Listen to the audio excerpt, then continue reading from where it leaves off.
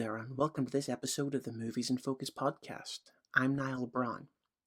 Acclaimed horror author Adam Cesare joins this episode to talk about the record breaking film adaptation of his novel Clown in a Cornfield. Known for his mastery of slasher thrills and sharp social commentary, Adam Cesare brings to life the chilling story of Kettle Springs, a town divided and terrorized by the killer clown Frendo. Adam explores the transformation of this bloody original tale from page to screen, discusses the challenges and creative choices behind adapting a young adult horror novel that balances gore, suspense, and small town tensions for the screen. It's a fun episode where we also share our appreciation for each other's physical and media collections. And as always, I hope you enjoy our conversation. Hi, Niall. Hi, Adam. Nice to meet you. This is my first time being like in a directed Zoom, so I'm like usually I just talk to the person. It's always a funny thing when you're doing Zoom. It's a strange world, especially Yeah. in 5 years, really.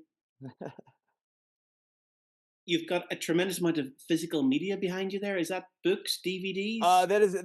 This is all. We are in the movie room. This is my office. I have no way to watch the movies in here because I don't have a TV in here because that would be dangerous for workflow. But yeah, I've got a lot of movies here. I have a bookshelf off screen, and then I have several bookshelves throughout the house that are, we're never moving. Moving apartments, moving houses is impossible. I said it when we moved in here. I was like, they're gonna have to take me out in a box because I'm not moving these books again. So, and then a I bunch of know what it's like. posters and stuff in the background too. All originals too. I've got different lobby cards and stuff. So I try. I'm like a little bit of a collector, a little bit of a fanatic. And I'm looking at all your film books behind you too. So we're doing the same thing Yes, to each other. I know. It's always great when you're looking at something. Go, what have they got? What have they got? As a film fan, as you're a writer, but as a film fan, what's it like having your book turned into a film?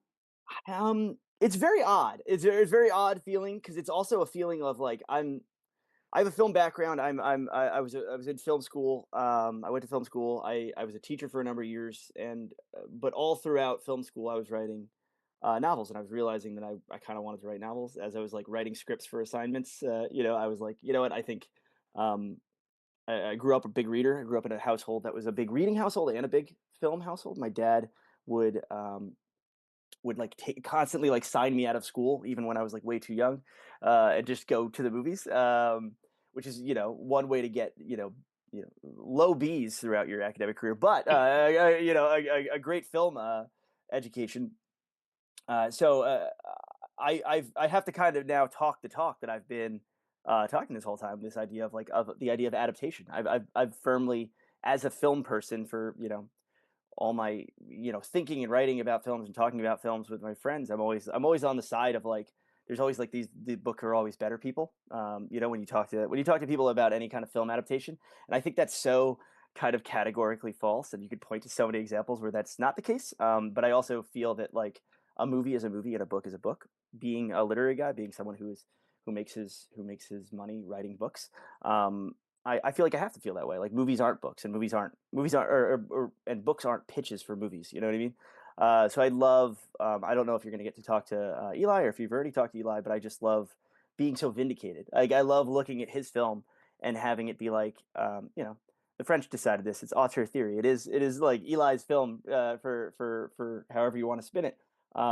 It's many other people contributed to that, and it's a team effort, and it's a collaborative medium. But it's his name on the tin, and I love it. I love his movie so much, even where it diverges from from the source novel. In some ways, those are the places that I love it the most.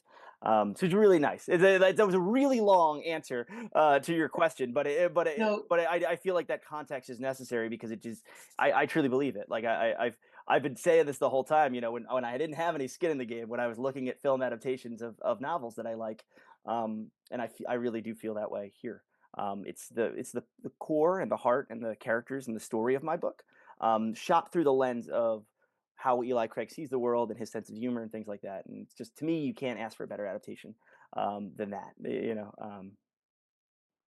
and one of the things, what really I sort of have this rule with horror films that good horror films really have great characterization, because if you don't have that going in and you like the characters, then you really don't care what happens to them at Yeah. all throughout the movie. And this movie does have great characterization. It must be great for you to watch that as an author, but even as a film fan, and go, it's a really good slasher movie. Yeah, yeah, it's such a relief in a lot of ways, just because these I've written I'm taking time away from writing Clown in a Cornfield 4 to do interviews and press and stuff like that, and I know that maybe the publisher's a little bit like, why are you doing that? But I've been living with these characters for 7 or 8 years now. And some of these characters that are in the film persist. Some clearly don't. But the idea of like authors falling a little bit in love with their characters is very true. So when I see them kind of brought to life by these great actors, it's just such a it's a relief, and it's uncanny, and it makes me really happy, and it makes me really happy that like the core of those characters kind of survive through Eli and Carter's like writing, and then through the direction, and then through the actors themselves, and like how they've been tasked to play them. I think it's obvious here that I'm talking about Katie Douglas as Quinn, but just really everyone, like down the line, all the I want to call them kids because I call them kids in my book, but they're adult people and actors. So I Io, Cassandra, Carson, Vincent, like they're just incredible. They're just a great ensemble, and No, they really everyone feel in the like my film. characters too. Yeah, it's Yeah. weird. It's weird like talking to like if we're talking to like the ones that like kind of look and seem exactly like I imagined them. There's some actors that are cast almost against the type that I had in my head, where it's almost easier to give them a little bit more distance and have that be a character on their own. But especially Carson and Vincent, like when I look at them, I see like Cole and Rust, and it's like really weird to be like, you're imaginary, even though they're their own person. One thing I have to ask you, Clown in a Cornfield, did the title come first, or is that something you'd written, or was it an image?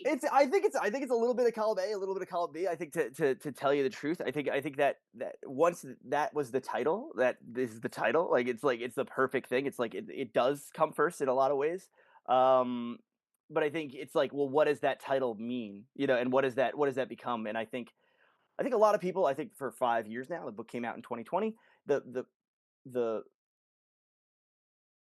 the fun part and the hard part has been getting people to take it seriously, like getting people to say like this is it sounds like a joke book, like and I like to say with the Clown in a Cornfield books, like the joke begins and ends on the cover. Now that's harder to say because Eli's infused so much comedy into the film, and it's a great, I wouldn't call it a horror comedy, I would call it a horror movie with strong comedic elements. But like, so that line begins to blur there, but it still takes itself seriously. It still takes its world and its characters very seriously, and it takes these themes that are they're pretty weighty themes, like they're pretty, like we don't want to spoil too much of the movie to talk about like where things end up, but like the themes of the movie and the themes of the book are the same, and they're pretty strong. So I think people, it's a little bit of promising them one thing. It's a little bit of like, come on in, Clown in the Cornfield. What could be more straightforward or more, explicitly stated than that?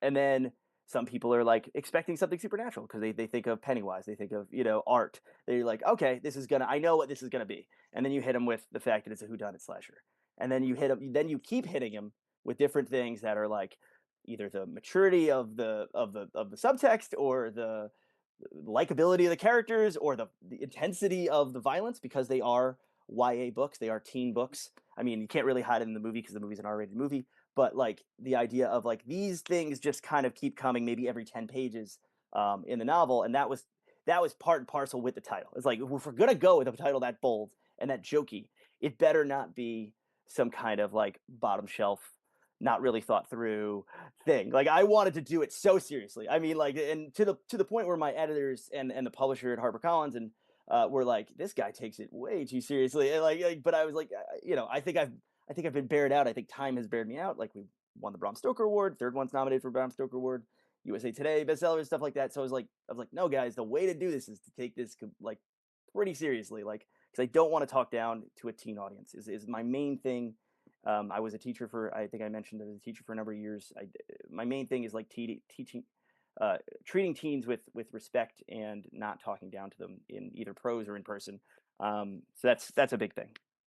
Another rambling answer for you. Oh, no, these are great. It's less work for me. I mean, just before we finish, you say you're working on the fourth novel in the series. The films had great reviews. If things go well, or will there be adaptations of the next few novels?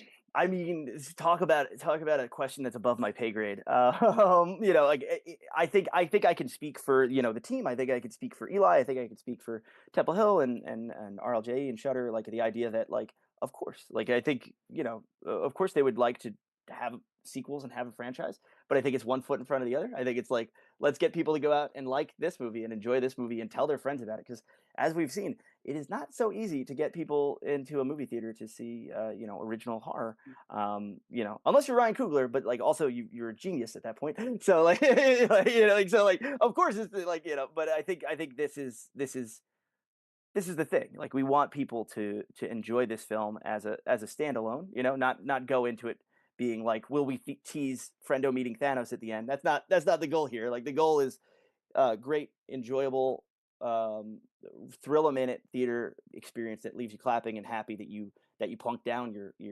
15, your $20 sometimes, plus money for a babysitter. But don't do a babysitter. Bring the kids this time. I think that's the goal. Like, the goal is like, I would love to sit here and talk to you about oh yeah, when we're sending Frendo to space. I can't though, because it's like, I really just want to focus on one thing and have people enjoy this film. But with the proviso that I'm writing Clown In A Cornfield 4 right now, and I'm not, I love these characters. I'll keep writing the books, as long as the books keep selling. That I can say. Film, we'll see. Above my pay grade. Well, we will leave it there. Can I say it's been great talking with you. I really enjoyed the movie, and I do hope that in a year and a half we are back here. Oh, let's do it again. Let's do it again, and we'll go through your bookshelves too. Next time. And your DVD collection. Yeah. We'll need to book more than 10 minutes for that, but we'll do it. Yeah. Thank you. That's brilliant, Adam. Thank you. I hope you've enjoyed this episode of the Movies in Focus podcast. You can download it wherever you get your podcasts, and I hope that you tell your friends about it. That's it for this time, and I'll see you at the movies.